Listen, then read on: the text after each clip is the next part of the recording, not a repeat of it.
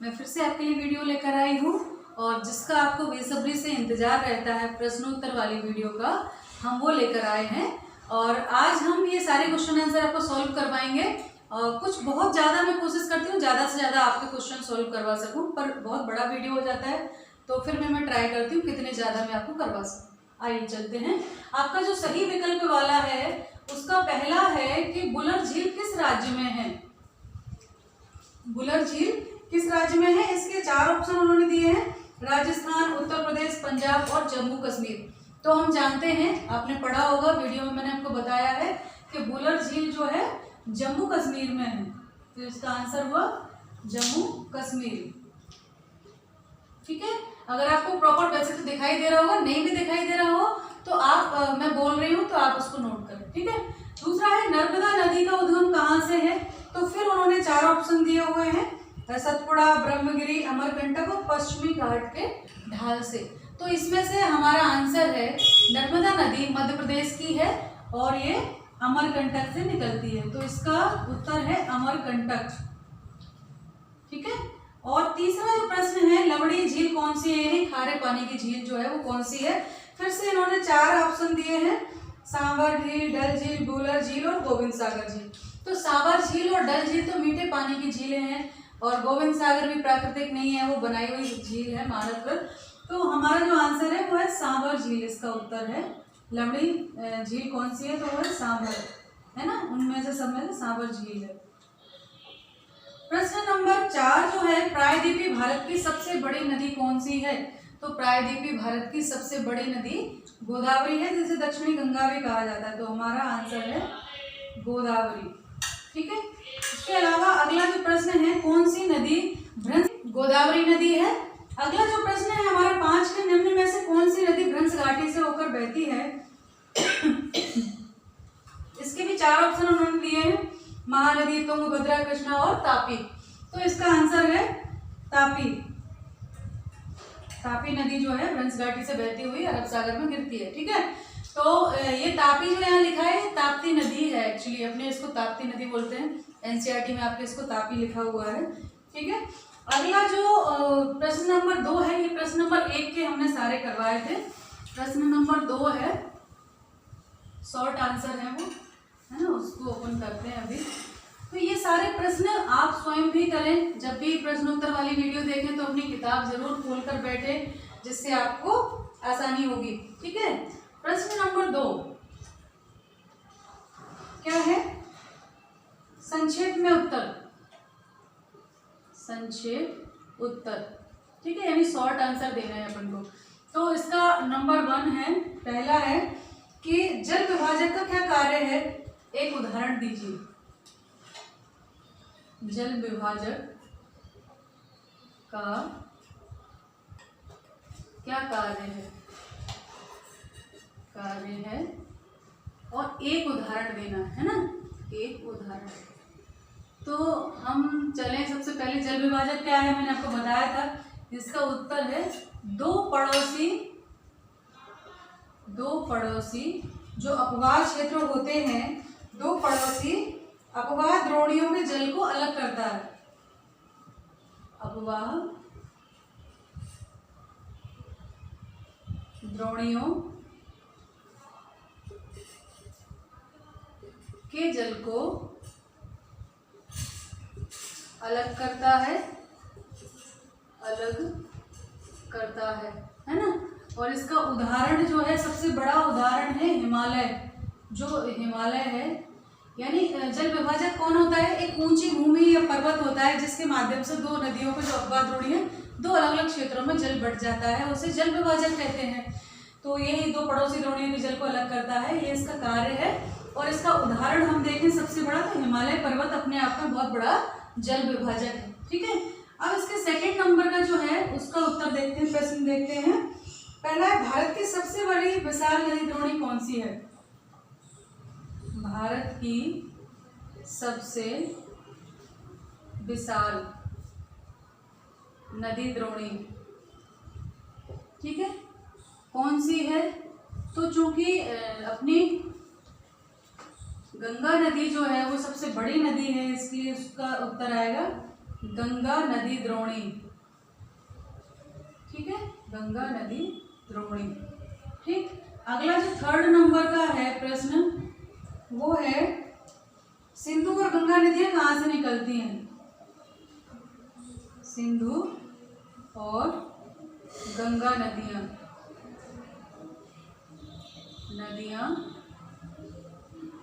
कहाँ से निकलती हैं?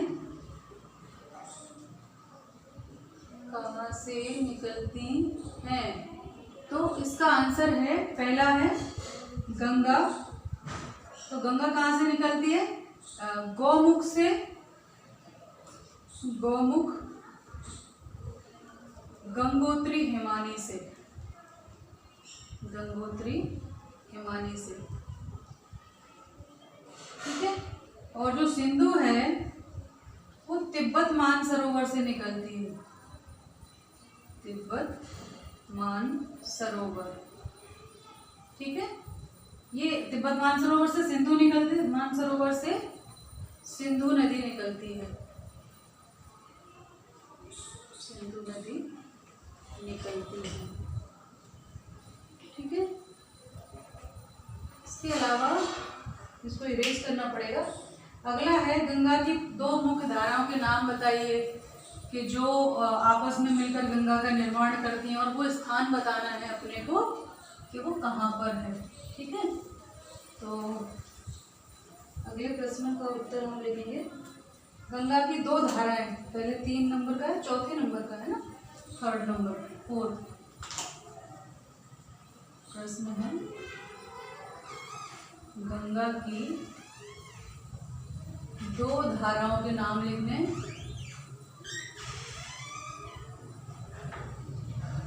गंगा की 2 धाराओं के नाम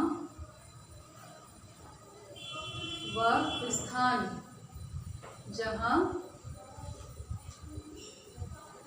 गंगा का निर्माण करती हैं। ठीक है, मैं शॉर्ट में लिख रही हूँ अपनी भाषा में। 3रे 4थे नंबर का प्रश्न है, तो इसका उत्तर है भागीरथी। एक तो भागीरथी है, भागीरथी, और अलकनंदा, अलकनंदा, और भी बहुत सारी गंगा के नाम हैं अलग अलग, है ना, लेकिन ये 2 हम कहेंगे, भागीरथी, अलकनंदा। और ये देवप्रयाग में, ये देवप्रयाग जो स्थान है उत्तराखंड में, ये देवप्रयाग में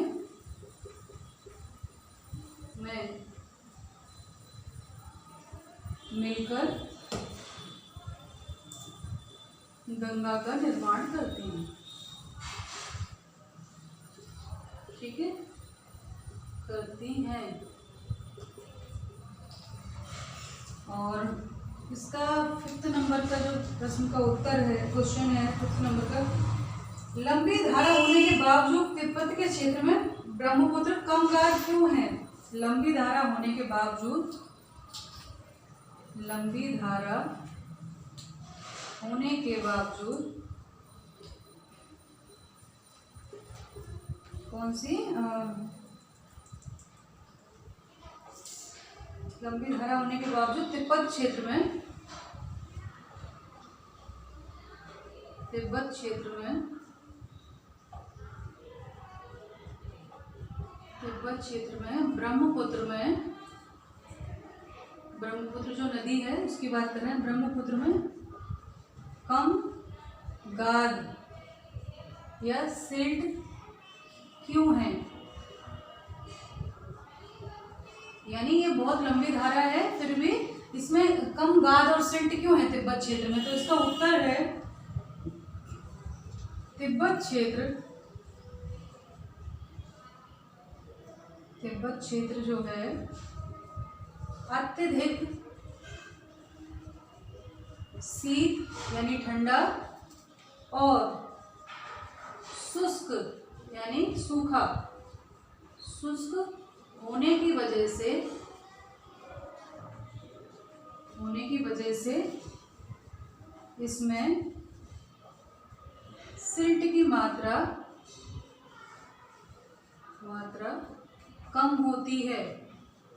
इसका इसका मतलब क्या हुआ, वहाँ ठंडा क्षेत्र है, बर्फ जमी हुई है, तो ऐसे अपर्दन नहीं होता है। अगर तेज धारा बहे बहुत तेज मात्रा में तो वो अपर्दन होता है तो सिल्ट आती है। लेकिन वहाँ तो सूखा क्षेत्र है और बर्फीला क्षेत्र है, तो इसलिए उसमें सिल्ट की मात्रा कम है। ठीक है, तो ये हो गया 5 नंबर का। उसके अलावा अगला जो प्रश्न इन्होंने पूछा है, ये हमें शॉर्ट आंसर ही देने हैं इनके। ठीक है, अगला जो है वो है नदियों और झीलों के आर्थिक महत्व बताइए। उससे पहले है कौन सी प्रायद्वीपीय नदियां गर्त से होकर गुजरती हैं और समुद्र में पहले किस प्रकार की आकृति बनाती है। इसके अलावा एक और है नदी और झीलों के आर्थिक महत्व बताएं। ठीक है, 5th 6th 7 नदी व झीलों के आर्थिक महत्व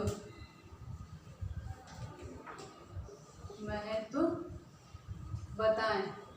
ठीक है, तो आर्थिक महत्व में बहुत सारी चीजें हैं। तो प्रश्न नंबर 6 है कि वो कौन सी नदियां हैं जो कि गर्त में बहती हैं और समुद्र में जाने से पहले कुछ आकृति का निर्माण करती हैं। तो गर्त में भ्रंश घाटी में बहती है वो नर्मदा और ताप्ती नदियां हैं, और इसका उत्तर है नर्मदा व ताप्ती या तापी नदी, है ना। और ये समुद्र में मिलने से पहले ज्वार नद का जो आकृति पूछी है उसका नाम है ज्वार नद का निर्माण करती हैं। ठीक है, ज्वार नद का निर्माण करती हैं। ये भ्रंश घाटी विगर्त में बहती हैं, घाटी में भ्रंश में, है ना, और ज्वार नद का निर्माण करती हैं। प्रश्न नंबर जो ये 6 है, प्रश्न नंबर 7 है और पूछा है आर्थिक महत्व बताइए। नदी व झीलों का आर्थिक महत्व मैं शॉर्ट में लिख रही हूँ क्योंकि बड़ा हो जाएगा ये और अपने क्वेश्चन छूट जाएंगे, है ना। आर्थिक महत्व बताइए नदी व झीलों का, है ना। तो सबसे बड़ी बात जो है, पहली बात आर्थिक महत्व पर्यटन है। पर्यटन के द्वारा आय व रोजगार प्राप्त होता है ना। दूसरा है पानी की वजह से कृषि को सिंचाई मिलती है जिससे अधिक उत्पादन होता है ना। अधिक उत्पादन होगा तो आय बढ़ेगी। ठीक है, तो महत्व और भी है पर ये 2 प्रमुख महत्व अपन लिख सकते हैं इसमें। ठीक है, इसके अलावा हम अगला जो प्रश्न है प्रश्न नंबर 3, ये लॉन्ग क्वेश्चन है और उसमें लिखा हुआ है कि भाई आप मानवकृत और प्राकृतिक झीलों के नाम दिए हुए हैं, उनके नाम लिखना है अपन को। ठीक है, तो इसका प्रश्न नंबर 3 है झीलों के नाम है प्राकृतिक और मानव निर्मित में बांटिए। झीलों को प्राकृतिक व मानव निर्मित में बांटिए। ठीक है, तो यहां हम लिख लेंगे प्राकृतिक और यहाँ मानव निर्मित। ठीक है, अब मानव निर्मित कौन सी होती है? मानव निर्मित वो हैं जैसे कि बांध वगैरह बनने से जिनका निर्माण हो जाता है जल के भरने से, है ना, जिनको मनुष्यों द्वारा बनाया गया। प्राकृतिक वो होती है जो भूगर्भीय हलचल के कारण या नदी या झीलों के पानी के उसमें भर जाने से जो निर्मित होती है वो प्राकृतिक है। तो जो लिस्ट दी हुई है उनमें मैं ऐसे क्रम से मिलाती जाऊंगी। तो नंबर 1 पर जो हम देखते हैं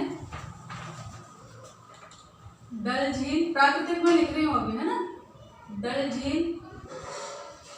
ठीक है, दूसरे नंबर पर बुलर झील।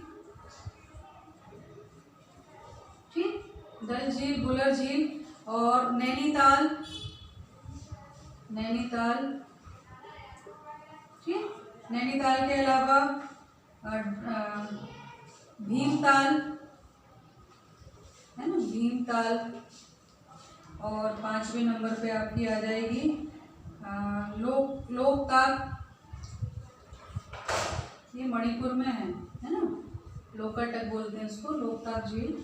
और 6वें नंबर पे आप ले लो बारापानी, बारा पानी या बड़ा पानी है, बोल चाल में और उसमें थोड़ा फर्क होता है। 7 नंबर की है सांभर झील जो जयपुर में है, ठीक है, सांभर झील।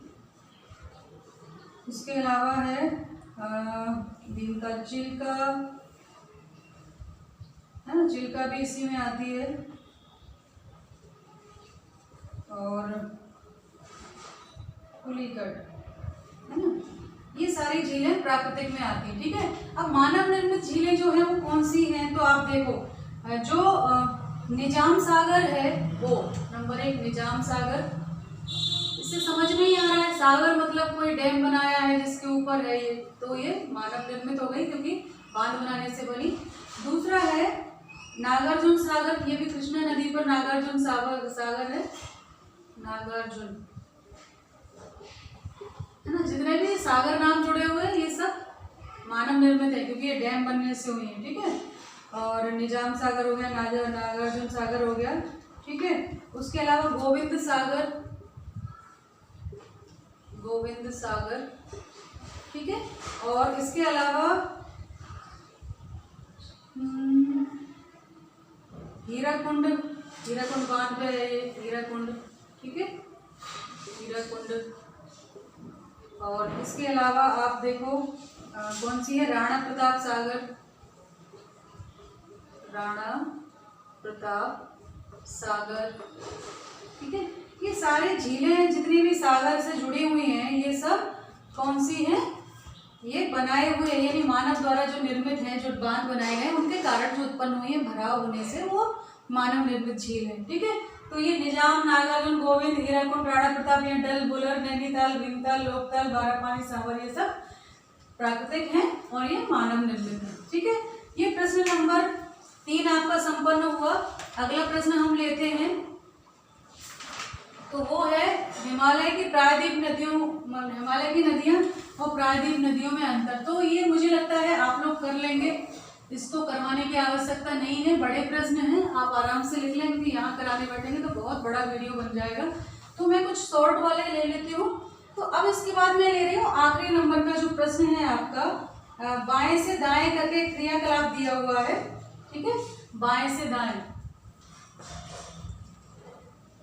बाएं से दाएं करके जो एक क्रियाकलाप दिया है आपके उसमें, ठीक है, उसमें कुछ दिया हुआ है जैसे कि नागार्जुन सागर नदी परियोजना किस पर है, पहला है इसका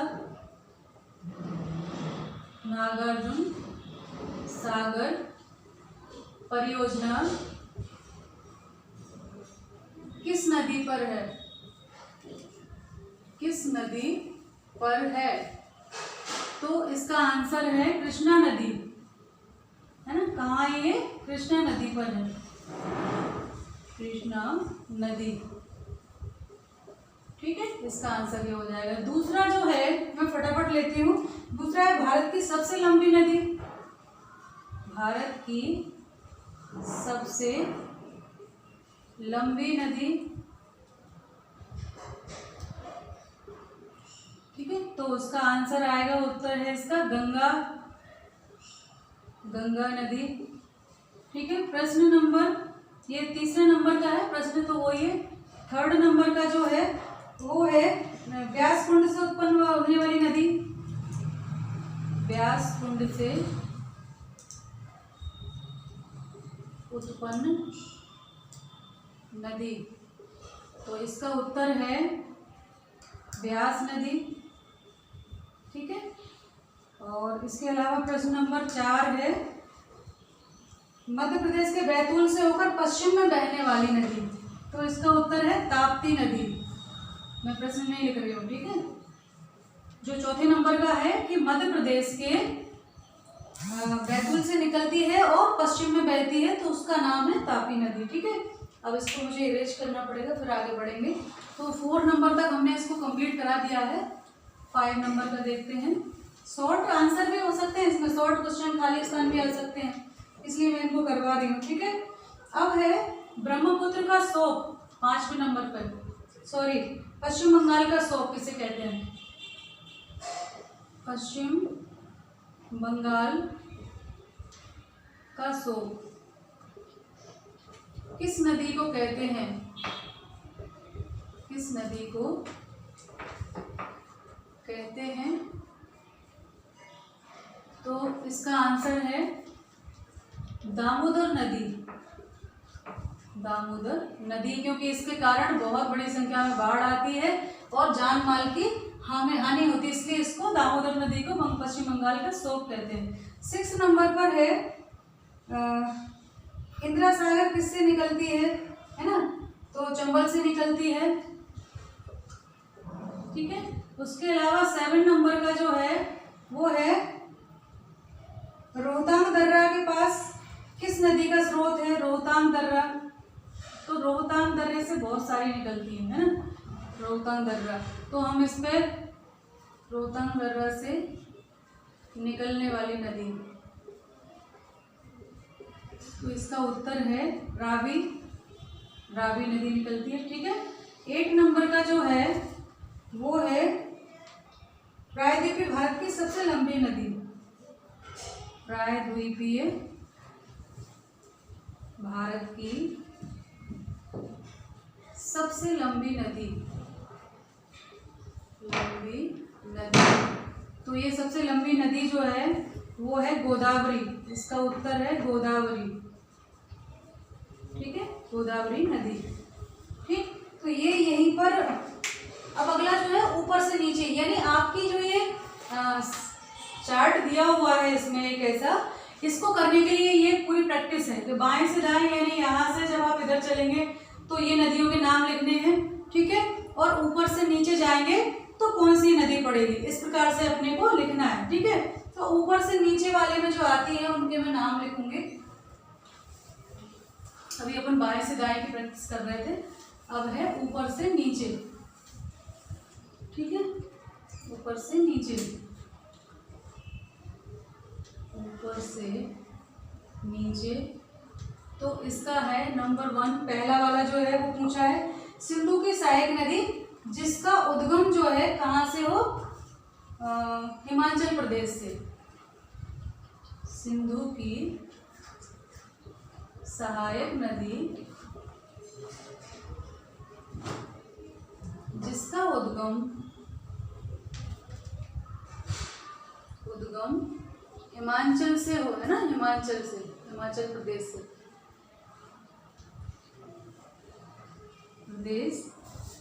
से, है।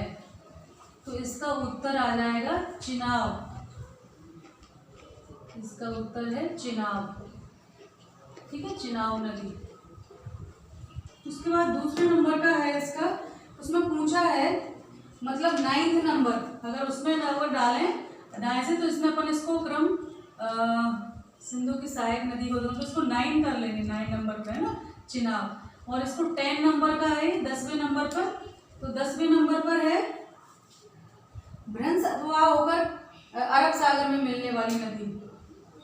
भ्रंश अपवाह होकर अरब सागर में मिलने वाली,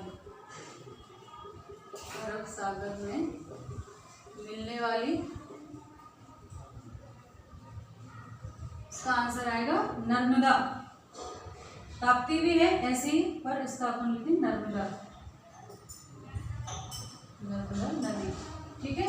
इसके बाद 11 नंबर का जो क्वेश्चन है वो है लद्दाख नहीं दक्षिण भारतीय नदी जो ग्रीष्म और वर्षा दोनों में वर्षा का जल प्राप्त करती है।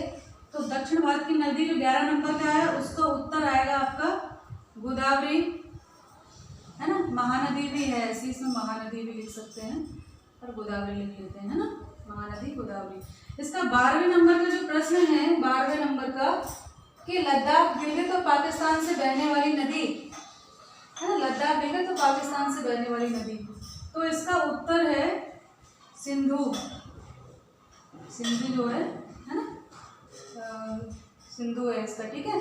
उसके बाद 13 नंबर का जो प्रश्न है कि मरुस्थल की एकमात्र महत्वपूर्ण नदी बताइए, तो उसका नाम है लूनी नदी, लूनी नदी, ठीक है। 14 नंबर का प्रश्न और है पाकिस्तान में चिनाब से मिलने वाली नदी कौन सी है? 14 नंबर का उत्तर है सिंधु। हालांकि बहुत सारी मिलती है इसमें, झेलम, चिनाब, ब्यास, है ना, सतलज, ये सब मिलती हैं पठानकोट में, लेकिन हम इसमें उत्तर सिंधु लिख देते हैं क्योंकि यही बड़ी नदी है। ठीक है, फिर यहाँ प्रश्न नंबर 15 जो है पूछ रहा है यमुनोत्री नदी, यमुनोत्री हिमानी से कौन सी नदी निकलती है? तो इसका उत्तर है यमुना, है ना, यमुना नदी निकलती है यमुनोत्री हिमानी से, है ना, और इलाहाबाद में संगम में मिल जाती है वो गंगा में।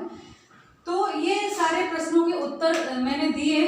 कुछ 2-1 प्रश्न आपके रह गए हैं, वो बड़े वाले थे, तो मुझे लगता है कि वो आप स्वयं कर लेंगे।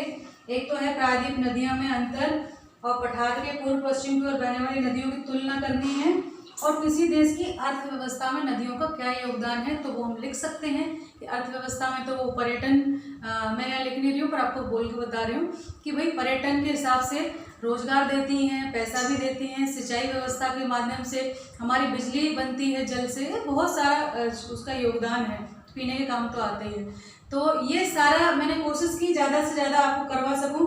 2-3 प्रश्न आप स्वयं करिए, नहीं समझ में आए तो आप कमेंट बॉक्स में मुझे लिख सकते हैं, मैडम इनके आंसर दे, मैं पर्सनल दे दूंगी। उसके अलावा आप जो व्हाट्सअप नंबर दिया होता है डिस्क्रिप्शन में, उस पर व्हाट्सअप कर सकते हैं, अपने क्वेश्चन का वो मैं मैसेज दूंगी। लेकिन थोड़ा समय का ध्यान रखें, कई बार बच्चे आप लोग क्या करते हैं कि जल्दी तुरंत चाहते हैं, बहुत सारे लोग होते हैं बेटा, बहुत काम होता है, तो तुरंत शायद ना देखो, थोड़ा वेट करें, मिल जाएगा आपको क्वेश्चन का आंसर। उसके अलावा जो बच्चे हैं, जब मेरी कोशिश ये है कि हम ज़्यादा से ज़्यादा जल्दी आपका कोर्स कवर करवाएं। एक बार कोर्स कवर करवाने के बाद जो आपका छूटा हुआ है, अगर मुझे लगेगा तो मैं अलग से एक वीडियो लॉन्ग क्वेश्चन के ऊपर भी बना दूंगी। ठीक है, तो अपना ध्यान रखिए, पढ़ाई करते रहिए, मैं आपके साथ हूँ, और इसी प्रकार से अपना सहयोग बनाए रखें। धन्यवाद सभी को।